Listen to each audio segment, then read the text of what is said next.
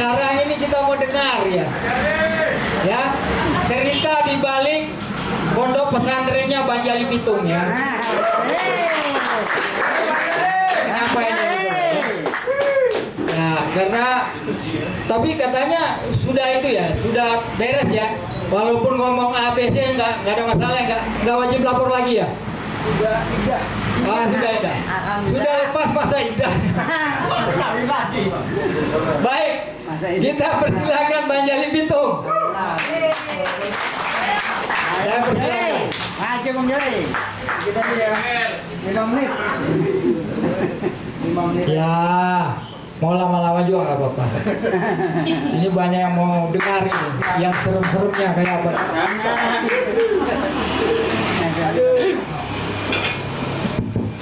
Bismillahirrahmanirrahim. Assalamualaikum warahmatullahi wabarakatuh. Saya selalu mengucapkan begini. Selamat buat oposisi abadi. Karena dari saya baru lahir kecil, beliau itu udah jadi oposan. Dari zaman Soekarno, Soeharto sampai sekarang lah ya. Orde lama, orde baru, sampai orde reformasi. Assalamualaikum warahmatullahi wabarakatuh. Wabil khusus kepada abang kita, mudah-mudahan beliau benar-benar jadi pamungkas dalam perjuangan kita semua, amin. Sesuai dengan namanya, sesuai dengan doanya Sri Bintang Pamungkas. Takbir ya. Yang saya hormati Bang Nur Lapong selaku pemilik hajat, teman-teman para aktivis, para bunda, para mujahid dan mujahidah yang saya tidak bisa sebutkan satu persatu, namun tidak mengurangi rasa hormat saya yang paling dalam. Selamat berjuang semua ya. Saya tidak bisa menyampaikan apa-apa nih. Jadi sekedar berbagi aja.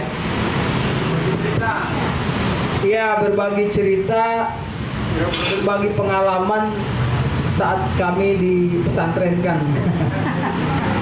Sebenarnya saya bukan di penjara. Ini perlu kita sampaikan juga sama teman-teman aktivis. Saya hanya disuruh istirahat saja. Karena apa? Karena pada tanggal 9 Oktober waktu itu, saat sahabat kita Januar Akbar ditangkap, kemudian tanggal 10 Oktober saya dijemput. Kalau penjahat itu kan mestinya ya bukan seperti saya, gede, tinggi, serem gitu. Nah, untuk menjemput seorang Jali Pitung aja harus pakai 4 mobil kan, menurut saya terlalu luar biasa. Iya. Nah, kemudian saya juga bertanya-tanya, apa salah saya gitu. Sampai 3 minggu kami masih berdebat dengan Januar Akbar. Dia juga sudah marah-marah, apa salah kita gitu. Saya bilang begini, ya udah kita ikuti saja dulu seperti apa permasalahan ini. Karena BAP yang dibuat sendiri saja, menurut saya pertanyaannya saja sudah keliru. Bagaimana kita menjawabnya? Dan ini sampai ke persidangan. Maka 4 bulan 120 hari di Mapolda, usai pengajian Jumat itu kita pimpin, kemudian saya mengambil mimbar itu untuk menyampaikan perpisahan dengan teman-teman bahwa 3 hari yang akan datang kami sudah masuk ke 120 hari masa penahanan, dan atas perintah undang-undang saya, Jali Pitung dan kawan-kawan ini harus dibebaskan jika tidak terbukti bersalah, kecuali satu hal, ada dugaan-dugaan yang bisa dianggap bersalah, maka kami harus disidangkan dan dilimpahkan ke kejaksaan. Akhirnya sempat membuat heboh juga di Polda. 23 Januari kami dibawa dengan 2 barakuda dan 9 iring-iringan mobil dari pejabat serta keluarga. Jadi belasan mobil yang mengiringi kami itu seakan terkesan saya ini kayak gembong teroris gitu. Kalau gembong narkoba masih sedikit ya. Ini seakan-akan terkesan gembong teroris. Nah, mundur sedikit ke belakang, 18 Oktober waktu itu saya masih ingat sekali, Pak Argo Yuwono masih di Kadif Humas Polda Metro Jaya. Seluruh media hampir, tidak seluruhnya sih mungkin, hampir sebagian besar media mainstream itu memframing dan memblow up semua berita kita bahwa di situ kira-kira begini, 21 tersangka yang akan melakukan kerusuhan bla bla bla bla ditangkap di Polda Metro Jaya.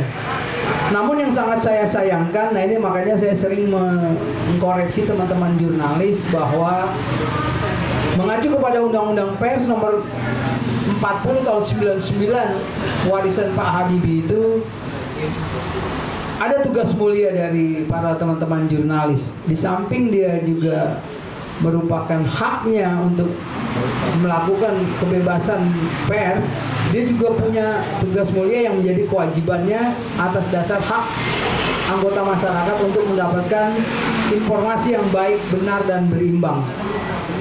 Nah, menurut saya ini tidak ada keseimbangan informasi secara publikatif. Bagaimana dulu Jali Pitung seakan-akan seorang penjahat bersama teman-teman akan menunggangi mahasiswa untuk melakukan kerusuhan pada tanggal 20 Oktober dalam rangka menggagalkan pelantikan presiden.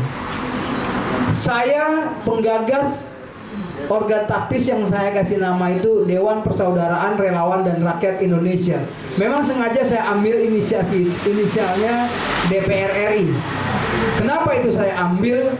Karena pasca 2122, ini saya sedikit agak panjang ya secara historis. Pasca 2122, Indonesia khususnya Jakarta ini terkesan agak sedikit mencekam. Ya, Bang Abang ya. Pasca 2122 itu 1.500 kurang lebih yang ditangkap di Polda. Kemudian ulama juga agak terproteksi. Mahasiswa belum hadir ya. Secara totalitas belum hadir. Maka saya mengambil inisiasi untuk membentuk organ Dewan Persaudaraan Relawan dan Rakyat Indonesia. Maka tanggal 30 Agustus di bulan yang heroik itu kita membuka karpet merah sebagaimana yang kita lakukan dengan tema Gerakan 30 Agustus Rakyat Menuntut Keadilan. Yang kita tuntut adalah salah satunya itu. Kita meminta waktu itu pertanggungjawaban Presiden Jokowi selaku presiden, karena waktu itu juga masih dalam proses transisi pasca pemilu ya. Jadi kita meminta dalam kapasitas beliau sebagai presiden, meminta pertanggungjawaban tentang peristiwa tragedi berdarah, tragedi kemanusiaan 21-22 Mei. Nah, kita meminta Pak Jokowi selaku presiden sekaligus kepala negara dan kepala pemerintahan untuk mengungkap kasus tersebut secara terang benderang. Itulah historis bagaimana berdirinya Dewan Persaudaraan Relawan dan Rakyat Indonesia. Kemudian berlanjut dan berkembang 13 September bersama Bang Sri Bintang Pamungkas, itu masih kita kasih tema Gerakan Rakyat Menolak.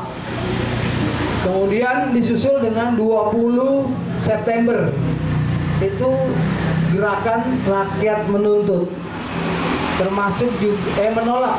Termasuk satu diantaranya adalah karena tadi sudah disinggung oleh Bang Nur Lafong tentang dan Mbak Harti ya, Mbak Tati tadi tentang Omnibus Law. Kita saat itu sudah menolak revisi Undang-Undang Nomor 13 tentang ketenaga kerjaan. Jadi waktu itu belum lahir, mungkin sudah diwacanakan tentang Omnibus Law. Nah, kemudian di dalam pasca persidangan sepanjang 26 masa persidangan, saya selalu mengatakan di depan majelis hakim begini. Yang saya hormati, yang saya muliakan, yang mulia Ketua Majelis Hakim, yang saya hormati para jaksa penuntut umum dan para penasihat hukum yang sangat saya cintai. Saya Muhyiddin Jali alias Bang Jali Pitung sesungguhnya tidak layak, tidak pantas hadir di persidangan ini. Karena saya hanya sebagai penonton saja. Tidak ada pertanyaan-pertanyaan yang spesifik, tidak ada pertanyaan-pertanyaan yang investigatif terhadap diri saya. Saya hanya dipertanyakan oleh pengacara saya, apakah Bang Jali Pitung kenal dengan orang-orang yang ada di sini? Jawabnya tidak. Dan sebaliknya, apakah saudara-saudara yang lain juga mengenal Bang Jali Pitung? Jawabnya pun sama, tidak. Ini yang membuat menarik. Sehingga saya bilang sama Akbar, Bar, kita ikutin. Saya ingin eksaminasi kasus dan perkara ini untuk modal perjuangan teman-teman nanti setelah kita pulang. Allahu Akbar. Allahu Akbar. Artinya apa? Artinya bahwa memperjuangkan kebenaran, menegakkan keadilan adalah hak konstitusional masyarakat. Menyampaikan pendapat di muka umum dalam bentuk apapun, dalam bentuk tulisan, demonstratif dan sebagainya, itu dilindungi oleh undang-undang. Bahkan sering saya mengatakan bahwa tidak ada satu orang pun di negeri ini yang boleh melarang kegiatan-kegiatan seperti yang dilakukan oleh Jali Pitung. Artinya apa? Artinya aksi-aksi unjuk rasa yang kita lakukan di depan DPR MPR itu merupakan sebuah amanat undang-undang yang baik dan benar serta konstitusional. Nah, mestinya kita berharap pada saat itu para anggota legislatif, para anggota dewan yang dikirim, yang kita pilih mewakili rakyat, tidak hanya mewakili partai. Perlu saya luruskan kembali, atau mungkin ini pendapat saya pribadi, mohon kalau salah atau keliru dikoreksi. Mereka duduk di sana itu bukan hanya semata-mata karena partai, betul? Mereka duduk di sana tuh karena kita, karena dipilih oleh kita. Maka predikatnya mereka adalah satu, sebagai legislator membentuk undang-undang, auditor sebagai pengawas anggaran, dan aspirator serta artikulator untuk menyampaikan aspirasi kita. Nah, kalau aspirasi kita tidak diterima, maka wajar kalau saya menduga telah terjadi disfungsi parlemen, betul? Lalu pertanyaannya, kita mau mengadu kemana? Maka terjadilah aksi besar-besaran, aksi non-parlemen yang disebut parlemen jalanan. Seperti sekarang yang dilakukan oleh Bang Lapong, kemudian teman-teman dari PPMI, SPSI, SPM, dan sebagainya. Begitu juga mahasiswa. Nah, tadinya kita berharap selain Bang Bintang, Egy Sujana, dan yang lain-lain, para tokoh-tokoh aktivis yang kritis, tokoh-tokoh nasional, itu membangun sinergitas, memberi edukasi kepada anak-anak bangsa, khususnya para adik-adik mahasiswa. Cuma memang beda. Sering saya katakan, kalau dulu 45 dan zaman-zamannya Bung Tomo itu teriak-teriak, teman-teman jurnalis pun sama. Kereta-kereta yang dicoret-coret, misalnya merdeka atau mati. Cuma dua, merdeka atau mati. Kemudian 65 juga sama, Pancasila atau komunisme. Nah, sekarang ini kan ada yang di pojok, ada yang di depan, ada yang di tengah, dan ada yang di belakang. Itulah makanya tadi yang disampaikan oleh Bang Bintang dan Mbak Tati, kita jadi lemah karena terkotak-kotak. Kalau saya pinjam istilah Bang Lapong tadi, ini udah banyak yang masuk angin. Adik-adik kita, misalnya ya, oknum-oknum adik-adik kita mahasiswa, kelompok-kelompok tertentu, ada yang pro, ada yang kontra. Demikian juga buruh. Nah, ini yang membuat kita jadi lemah. Maka sekarang saya ingin menyampaikan slogan semangat. Marilah kita satukan kekuatan dan kuatkan persatuan. Bukan mau makar, bukan. Ini mohon maaf, apalagi sekarang Pak Jokowi sudah jadi presiden ya. Kita hormati tetap beliau sebagai presiden. Tapi untuk melakukan koreksi itu adalah kewajiban kita. Kewajiban para aktivis, kewajiban para anak-anak bangsa yang masih peduli dan mencintai bangsa ini. Cuma sayangnya memang banyak orang-orang yang punya gelar tinggi, banyak orang-orang yang punya pangkat berbintang, banyak orang-orang yang punya uang. Tapi satu yang tidak kita miliki, ini masih sangat miskin kita, adalah orang-orang yang masih mau peduli terhadap perjuangan demi keberlangsungan bangsa ini, demi menuju cita-cita proklamasi. Betul? Jadi kita nih platform berdirinya bangsa dan negara yang dikemas dalam singkat Pancasila dijabarkan oleh Undang-Undang Dasar 18 Agustus 1945 hanya jadi macan kertas saja.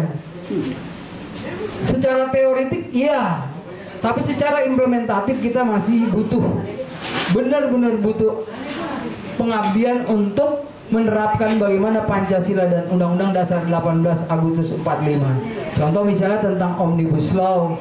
Nah ini kan juga perlu pembahasan yang lebih komprehensif. Saya dengar di beberapa media, termasuk di TV One waktu itu dibahas, para pakar ada yang menduga bahwa hadirnya atau lahirnya Undang-Undang Omnibus Law ini juga ada memiliki cacat formil dan cacat materi.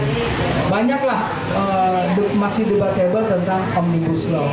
Untuk itu maka tetap kita kawal, karena Omnibus Law ini bukan hanya tentang masalah tenaga kerja saja, bukan domainnya buruh saja.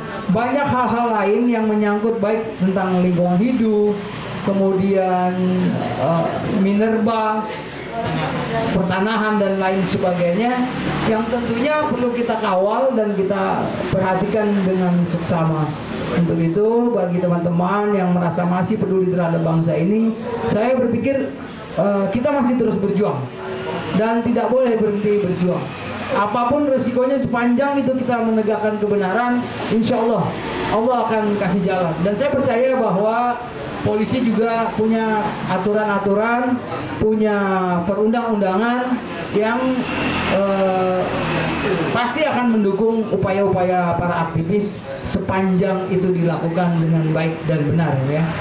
Mungkin itu saja sebagai perkenalan saya dan sedikit pengalaman selama saya di pesantren. Jadi penjara jangan dianggap sesuatu yang menakutkan.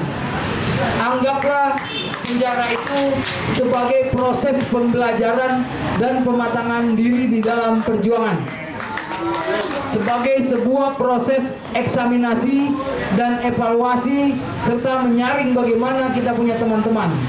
Apakah dia benar-benar seorang pejuang sejati, apakah dia pecundang, atau dengan istilah saya yang baru, apakah dia pedagang.